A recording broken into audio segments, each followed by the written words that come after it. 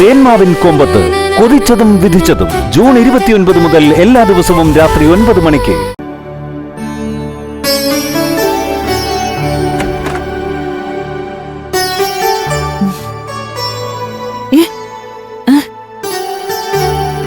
Coffee ഇപ്പൊ വേണ്ടായിരുന്നല്ലോ മോളെ. ഞാൻ വന്നത് മോൾക്ക് ബുദ്ധിമുട്ടായില്ലേ?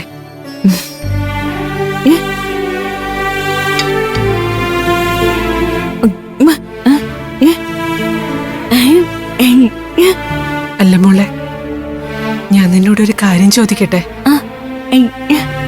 മടങ്ങിപ്പോവാതെ ഞാൻ ഇവിടെ മോൾക്കൊപ്പം നിൽക്കുന്നത് മോൾക്ക് ബുദ്ധിമുട്ടാവോ?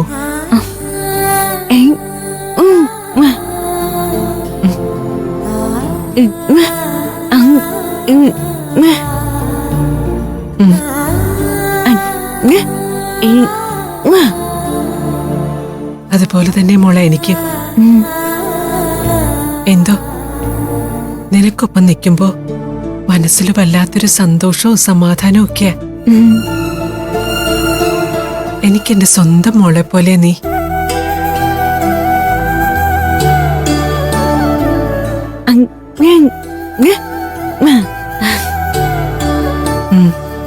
എനിക്കും അങ്ങനെ തന്നെയാ മോളെ.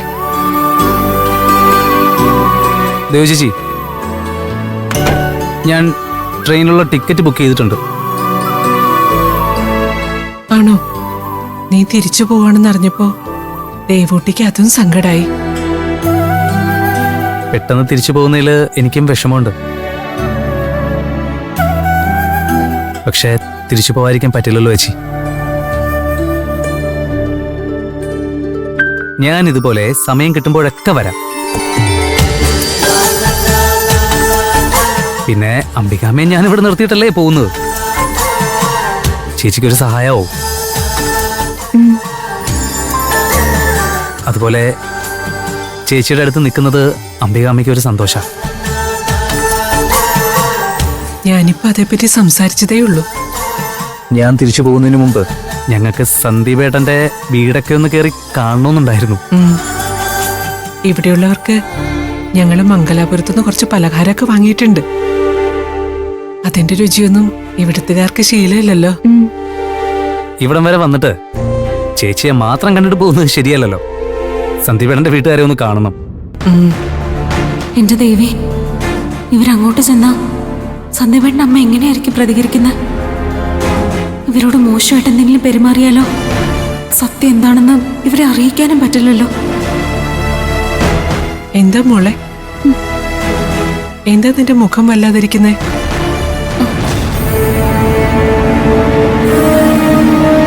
തിരിച്ചു പോകുന്നതിന്റെ കാര്യം ആലോചിച്ചിട്ടാണോ? ഞാൻ കുറച്ച് കഴിഞ്ഞല്ലേ പോവൂ. അതുവരെ ഞാൻ ചേച്ചിയുടെ കൂടെ തന്നെ ഉണ്ടല്ലോ. ഇപ്പൊ ഞാനും അംബികാമ്മയും സന്ദീപേട്ടന്റെ വീടും വീട്ടുകാരെയൊക്കെ ഒന്ന് കണ്ടിട്ട് വരട്ടെ. ചേച്ചി വരുന്നുണ്ടോ? ഓ, അത് ശരിയാണല്ലോ. വ്രതം കഴിയുന്നിടം വരെ ചേച്ചിക്ക് അങ്ങോട്ട് വരാൻ പാടില്ലല്ലോ അല്ലേ? സാരമില്ല, ഞാനും അംബികാമ്മയും കൂടി പോയിട്ട് വരാം. ഞാനേ പലഹാരങ്ങൾ എടുത്തോണ്ട് വരാം. അത് കിച്ചണിൽ സേഫാക്കി വെച്ചിരിക്കാം.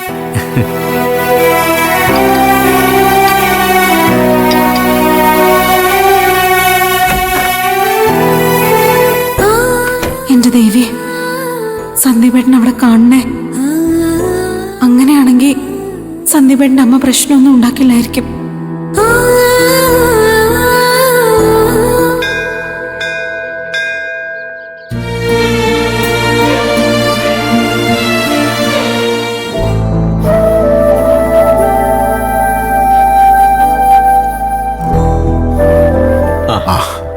കുമാരേട്ട അറിഞ്ഞായിരുന്നോ? അംബികാമ്മയും കുട്ടി കിഷൻ ദേവൂട്ടിയെ കാണാൻ തിരുവനന്തപുരത്ത് പോയിരിക്കാ. അതെയോ? താനിതെങ്ങനെ അറിഞ്ഞു? അമ്പലത്തിൽ വെച്ച് കണ്ടപ്പോ വിദ്യാമ്മ എന്നോട് ഈ കാര്യം പറഞ്ഞത്. അതേതായാലും നന്നായി. കല്യാണം കഴിഞ്ഞു പോയിട്ട് ഇവിടുന്ന് ആരും അന്വേഷിച്ചു പോയില്ലെന്ന് അവർക്ക് തോന്നണ്ടാലോ. നേരത്തെ അറിഞ്ഞിരുന്നെങ്കിൽ ഞാനും ആ കൂട്ടത്തിലൊന്ന് പോയേനെ. അല്ല, ഇപ്പോഴത്തെ സാഹചര്യത്തില് ഇന്ദുമതിയും കുട്ടികളെയും തനിച്ചാക്കി പോവാനും പറ്റില്ലല്ലോ. അതെ അതെ, താൻ വീട്ടിൽ നിന്ന് മാറി നിന്നെങ്ങാനും ആ ഗഗൻ അറിഞ്ഞാ ഉണ്ടല്ലോ, അവൻ ആ അവസരം മുതലെടുക്കും. എല്ലാം ഒന്ന് ശാന്തമായിട്ട് സാവധാനം മോളെ പോയി കാണാൻ സുരേന്ദ്ര. ഹാ, അങ്ങനെ കരുതിയാ ഞാൻ സമാധാനിക്കുന്ന. എന്തായാലും ഞാൻ ആ കിഷനെ ഒന്ന് വിളിച്ചു നോക്കട്ടെ. എന്റെ ഫോൺ ഇവിടെ കുമാരേട്ടാ. ദാ ഇവിടെ ഉണ്ട്. ഞാൻ അവന്റെ നമ്പർ സേവ് ചെയ്തിട്ടുണ്ടായിരുന്നു. ആ, കിട്ടി.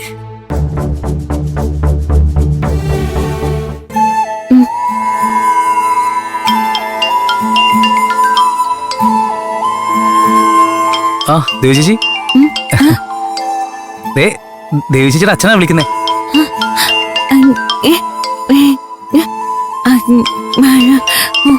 ചേച്ചി ഇവിടെ ഔട്ട് ഹൗസിലാ താമസിക്കുന്നതെന്നുള്ള കാര്യം അങ്കിളിനോട് പറയണ്ടെന്നാണോ?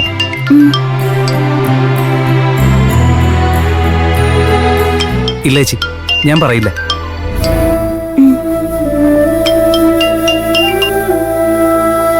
ഹലോ അങ്കിളെ. ആ ആ കിഷ, നിങ്ങളങ്ങ് എത്തിയായിരുന്നോ? ആ അതെ അങ്കിളെ, ഞങ്ങളിപ്പോ ദേവി ചേച്ചിയുടെ വീട്ടിലാ. അവിടെ അവൾ സുഖമായിട്ടിരിക്കുന്നുണ്ടല്ലേ?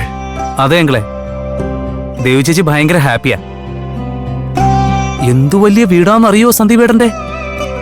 വീടല്ല, ശരിക്കും കൊട്ടാരമാ. ഞാനിത് കണ്ട് അന്തം വിട്ട് നിൽക്കുക. സന്ദീപിന്റെ അമ്മയൊക്കെ ദേവൂട്ടിയോട്? ഇപ്പൊ വലിയ കുഴപ്പമൊന്നുമില്ല അങ്കിളെ, എല്ലാരും ഹാപ്പി ആയിട്ടിരിക്കുക.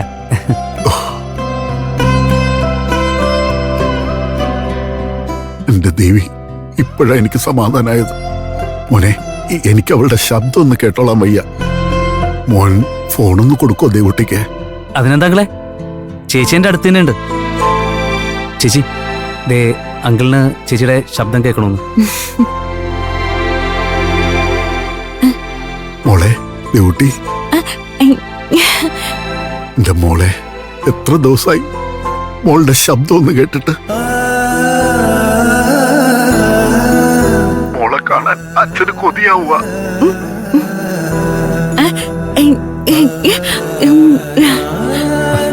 ദേവി ചേച്ചിക്കും അങ്കിളിനെ വല്ലാണ്ട് മിസ് ചെയ്യുന്നുണ്ടെന്നാ പറയുന്നത്.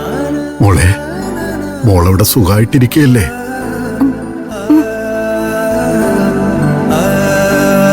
സന്ദീപ് നിന്നെ പൊന്നുപോലെ നോക്കുമെന്ന് എനിക്കറിയാം. എന്തായാലും ഒരുപാട് പരീക്ഷിച്ചെങ്കിലും നിന്നെ അവസാനം ദേവി ഉപേക്ഷിച്ചില്ലല്ലോ. പറ്റിയ ആളുടെ കയ്യിൽ തന്നെ നിന്നെ ഏൽപ്പിച്ചല്ലോ.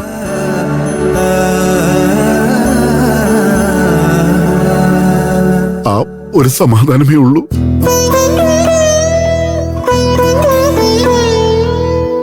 നിനക്കവിടെ സുഖാണെന്ന് അറിഞ്ഞപ്പോ അച്ഛൻ ഒരുപാട് സന്തോഷായി.